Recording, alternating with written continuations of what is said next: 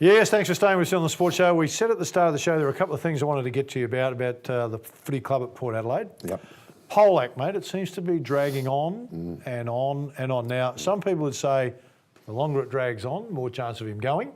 Some say the longer it drags on, more chance of him staying. Yeah. What's your feel? You were down there a fair bit. Have you got a feel? Or too hard to get one? It is a bit difficult to get one, but I've been in the camp of staying.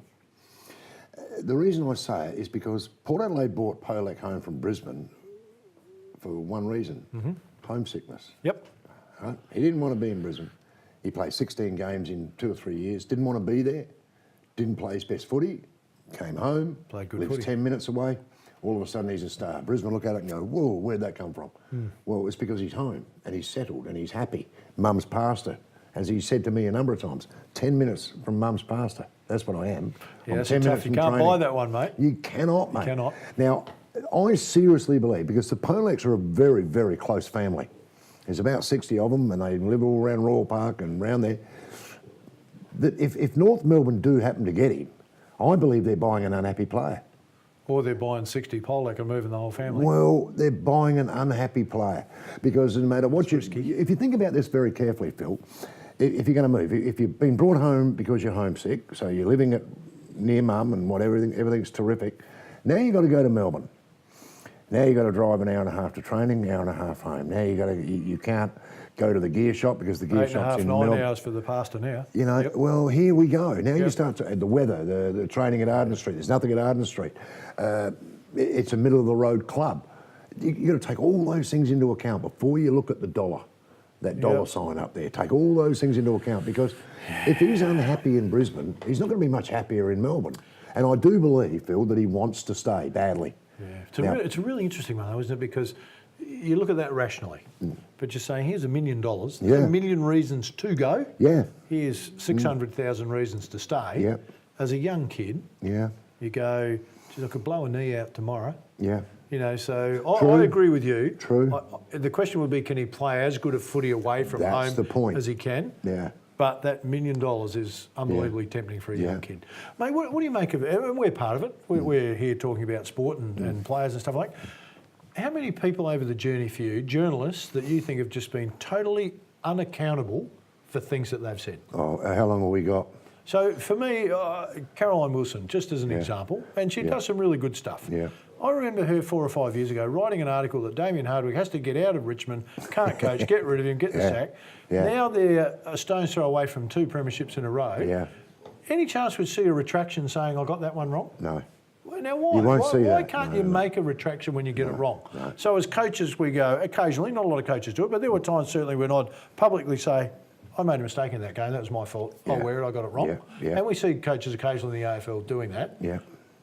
Rarely do you see a journalist who's written a full-page spread on the coach has to go, and Hinkley's under that at the moment. Yeah, which is I want to surprising, know next year, if Ken does really, really well, how many of those journos would write, sorry, got that wrong? Leon Cameron was getting pillared this year. Murdered. He's playing off this week against Sydney in the finals. Again. Yes.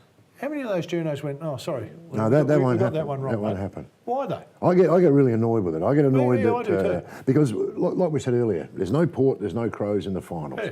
And I've sent out to my people, please do not believe everything you hear or read in the next few weeks unless it comes from the CEO of the football club. Do not believe it because right now everyone's fighting for the best story, most sensational story. The most sensational rumour. The $1 million for Wingard, all this stuff. I mean, it's so far out there that it's ridiculous. But you know what happens in the end, though? So hypothetically now, the Crows have just been getting baked over collective minds. And if you believed a tenth of the stories, you go, gee whiz, they're all going to go. It's a bad But then if the AFL Integrity Group who have come in and had a look, at the Crows' request, come out and go, yeah, they did a couple of things wrong, but that was it. Yeah. Still people will go, they're covering that up because the AFL want that to look nice. Bad So for at the no brand. stage do they believe what's going on. No, that's true.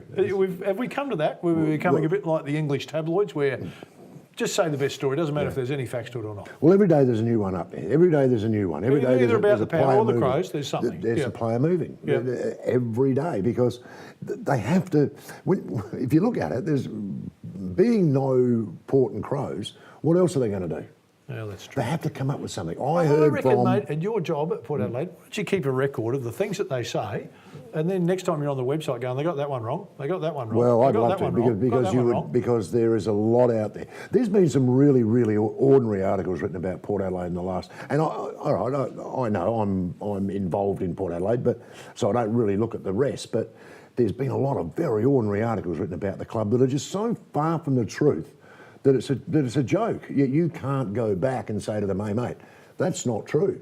You can't write that. You cannot do that. I reckon you nearly should on social media. I reckon that's the format now for the clubs to finally have a voice and say, got that one wrong. Okay, quickly, let's have a look at the games, mate. The obviously Richmond Hawks game last night. It was a pretty interesting event. Yes, okay, mate, Melbourne in 5th spot, Geelong in 8th. They play tonight, elimination final. Geelong. Geelong, all right. And don't ask me why there, because I just think that Geelong are one of those teams that play well against Melbourne. Yeah. That's Well, the only they've beaten reason. them twice this year. That's They've the only both been reason I'm ripping going games, for. but I reckon Ablett's going to step up and have a beauty. Well, there I you think go. he's due at 30. He still can go. That's a good point. Sydney 6, GWS 7th, Wow. Saturday, 4:20 at the SCG. Yeah. Met twice this season. Sydney won both. Yeah. Round 22, the most recent one by 20 points.